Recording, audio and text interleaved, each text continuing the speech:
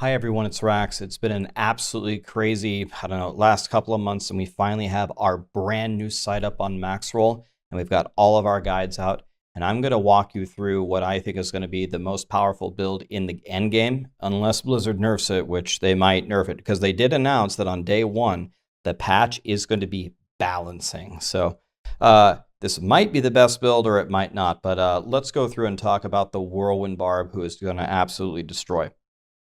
So we'll go through everything, but let's just look at the skills. Warcry is incredible because it gives you more damage and it gives you berserking. Rallying Cry might be the best skill for a Barbarian. Gives you massive movement speed and massive resource generation. Resource generation is literally the entire name of the game for Barbarians, so we have to take it.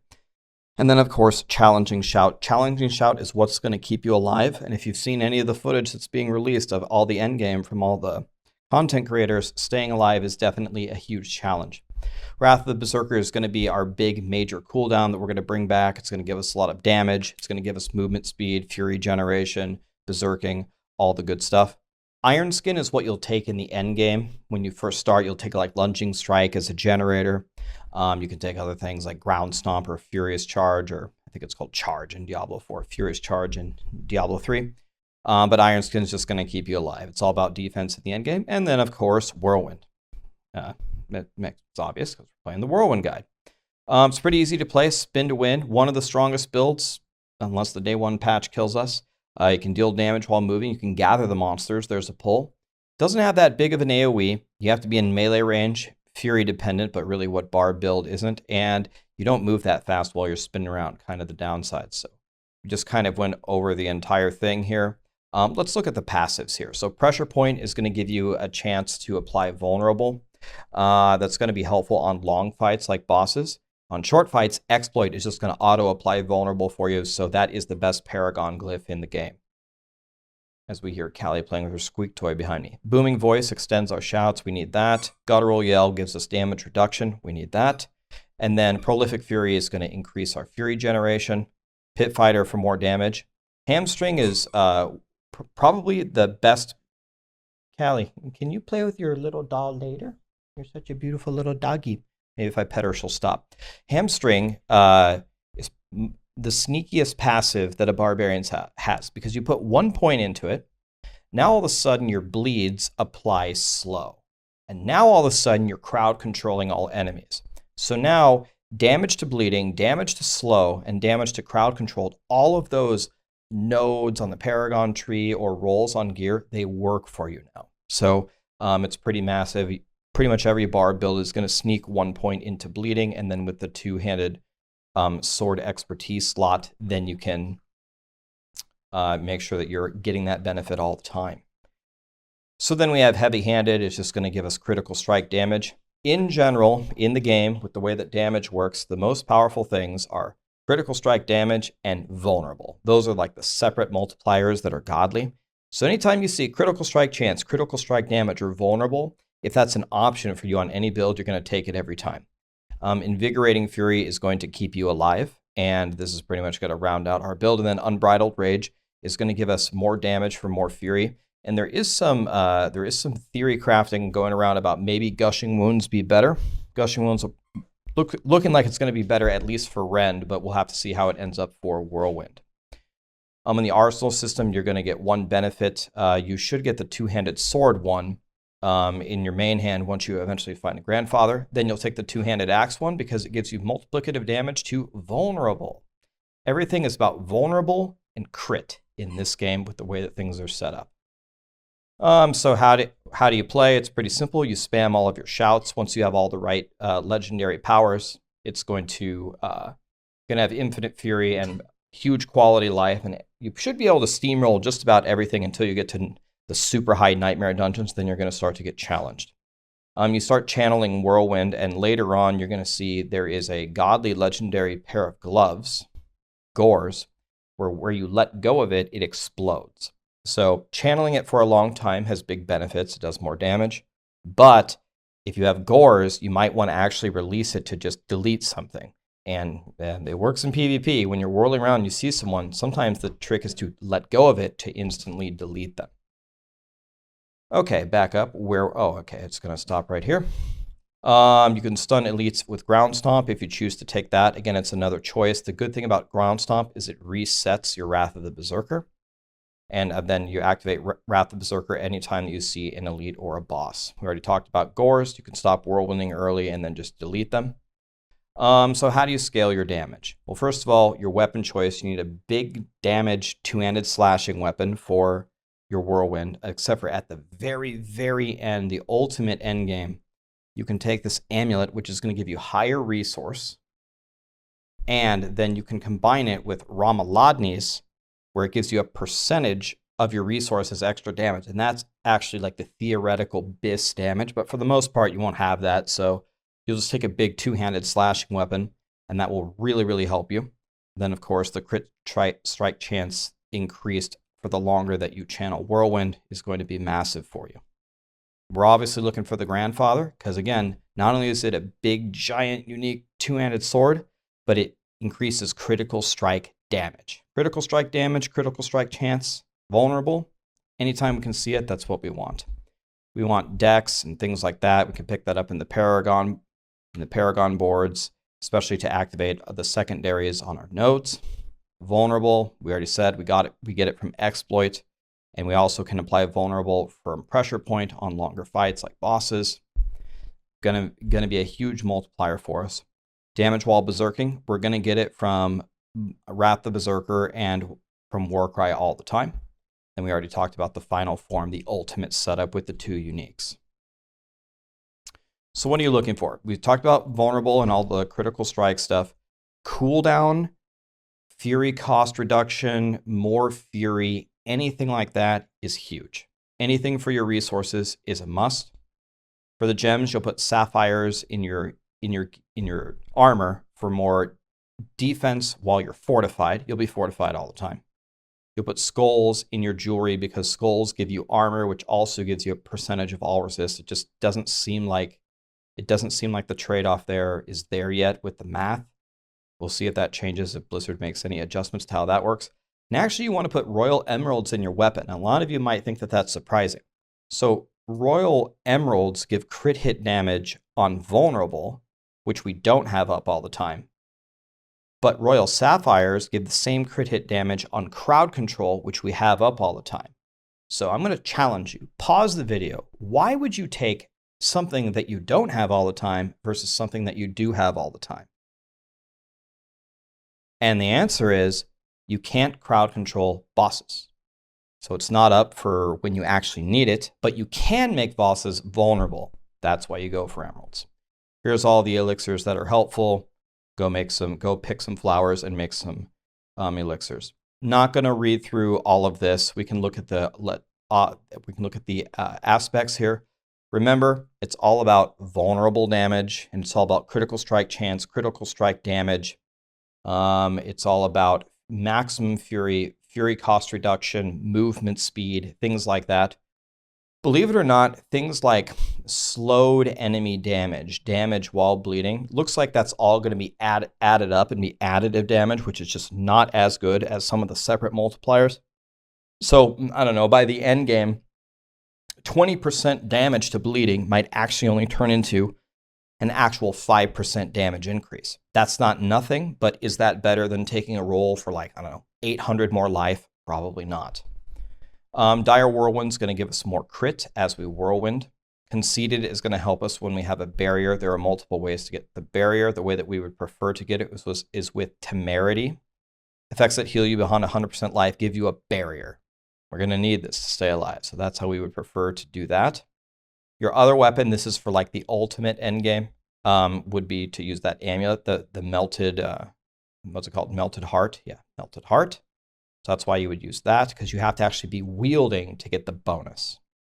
The Grandfather is the ultimate thing that we could get. That's what we're looking for. Otherwise, Limitless Rage is going to be very good. Shaco, Godly in Diablo 2, Godly in Diablo 4. Everyone's going to be looking for this. +4 to all skills. That's insane. Grasping Whirlwind will pull enemies to you. And Numbing Wrath is going to give you extra Fortify. It's going to keep you alive. Remember, we're putting the sapphires in our gear to help us. Disobedience works on like every tick, and it sounds like it also works on every bleeding tick. So you can get this up, you can get this value up real quick and stay alive. So that one could be extremely strong if that's how it actually works when it goes live. While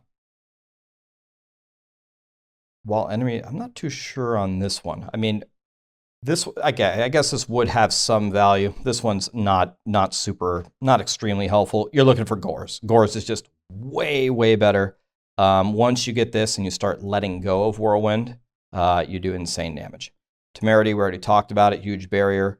And then again, you can get the pull here. There aren't, kind of run out of legendary powers at a certain point. When you have a couple of unique slots, then all the legendary powers that you get are going to be pretty huge. But if you're running with all legendaries in the beginning, some of them kind of drop off in value. So the Ghost Walker or the Windstalker is good. I would much rather have the Ghost Walker because for while you're unstoppable and for 4 seconds after, you get 25 movement speed. First of all, you're going to have this up all the time, and it's higher movement speed. So Ghost Walker, I think, is just better. But if you can't find it, Windstalker is fine. We already talked about Melted Heart. This is like the Ultima Abyss thing. Otherwise, you can just go with Edge Masters. And another thing, I can't exactly remember its name, but there's another legendary aspect. I think it starts with an E that works on where you do more damage to your next core skill based upon how many times you swung with your basic attack, whatever that is. That's very helpful when you first start out, when you're still using Lunging Strike. Another choice. Bold Chieftains, this is probably the best legendary power in the game for a Barbarian. Whenever you cast a shout, its cooldown is reduced by 5.4 seconds for every nearby enemy up to 12. So this essentially says it cuts your shouts in half, the cooldown, which is incredible. And then you either want to pick up Berserk Fury or Echoing Fury to support that, and it's going to give you a ton of extra Fury either while you're Berserking or while your shouts are active. It's going to be massive. And then you get the same thing on the second ring. Okay, the gear progression, probably not too much to talk about here. I mean, this is how you respec. You're going to come out of the leveling guide without any great stuff. Here's some things you can do for the Codex of Power to get some quick legendary aspects. You really need the resource aspects on your ring to make the build come alive. And then finally, you're looking for Gores and you're looking for Grandfather and things like that in the very end game. Paragon board. Now, this is pretty cute. So we have an idea in the Paragon board to make a board that is just built for starting out. Okay. So the most valuable glyph that you can get in the game is Exploit, by far. It's auto-applies vulnerability. And when it's a low-level glyph, it's very hard to activate its second bonus, or its additional bonus, so it actually works. So of course, we'll take Exploit in the starting board, and we can activate its bonus. Then we're going to quickly run to the next board. We're going to get the next most valuable thing we can get, which is Marshal. After you cast a shout, the other shouts are reduced by 1.2 seconds. Okay, so it's 2.4 seconds off of every shout. This is important. We're trying to bring our shouts down so we can spam them in the end game. So it's going to help us a lot. We go to the next board and we say Disembowel is going to every 10% chance on killing a bleeding enemy to reduce the non-ultimate cooldowns by 1 second. Once again, resetting our shouts. And then finally, we're going to step up here. Click this arrow here. We're going to step over here, and then we're going to get Wrath. Wrath is good just because it just gives you a ton of damage. Core Skills does increase critical strike damage. It's what we want. And skills that critically strike generate Fury so we can keep Whirlwinding. From there, we are going to completely respec because this lets you farm from when you're about 50 to 75 to 80 to farm the stuff that you actually need to make the build work. Then you can respec into what is the actual end game thing. And then you'll respec it, and then it looks a little bit different, and this walks you through and explains to you exactly how you do it, where you rotate the board, and how everything works. It's going to be mostly the same things. I believe the only legendary node that we take is Warbringer, because Warbringer is going to give us more Fortify, which is going to keep us alive. Everything, a lot of this game is about staying alive. I believe that's the only legendary node that we're going to take at all. So then it all becomes about pumping up the glyphs. We got an extra T here, no problem, we'll delete it. Exploit is the best because it applies auto vulnerability. So that's why you go for that first. We already talked about Wrath. It's mega damage because it's critical strike damage, and critical strikes generate 3 fury. Martial, we already talked about it. It brings back your shouts. Territorial, it does increase. I'm gonna have to do this by memory. I think Territorial does increase damage to close targets. So we put it in a dex board and it does way more damage. Undaunted is going to give us something while fortified. Undaunted has very interesting verbiage. I've read it like 50 times and I don't actually know what it does. It might be 10% increased damage while fortified, but the way that it works, it might be a little bit different. And maybe it could be better than that. It probably isn't. But you'll notice that with Undaunted and Imbiber, that George here, by the way, shout out to George who wrote the guide. I'll put his Twitch down in the description. He went for a very tanky setup, which I think is definitely the way to recommend it. If you watch my guide on Hoda, where you can just run in, smash, and kind of walk away, you don't quite have to get the exact same melee range that Whirlwind will have to, I was a little bit more aggressive. I took things like Ire and Crusher, but Undaunted and Imbiber, I think, are going to help you stay alive a little bit more. So pretty good suggestions by him. And here's the Paragon board. We don't have to sit here and walk through the entire thing. You can see the embed, you can scroll through, and you can go step by step and see exactly how it goes. In-game activities, I don't think we really need to talk about this. Spin around, spam your shouts, cast Wrath the Berserker on elites, no matter what you're doing, and you're going to win. Remember, if you have Gores in PvP, when you hit a player, let go of Whirlwind. Boom, gone. It's going to be very satisfying. Okay, and then we got some mechanics. Those are boring. Nobody likes to read those.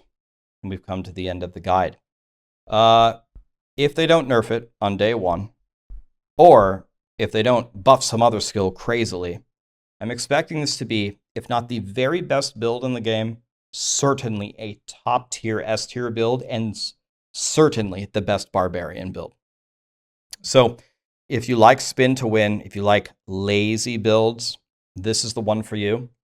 Let's see what happens on the day 1 patch, but I'm going to be covering pretty much all of the S tier builds for many of the classes in the next day or so before the game comes out.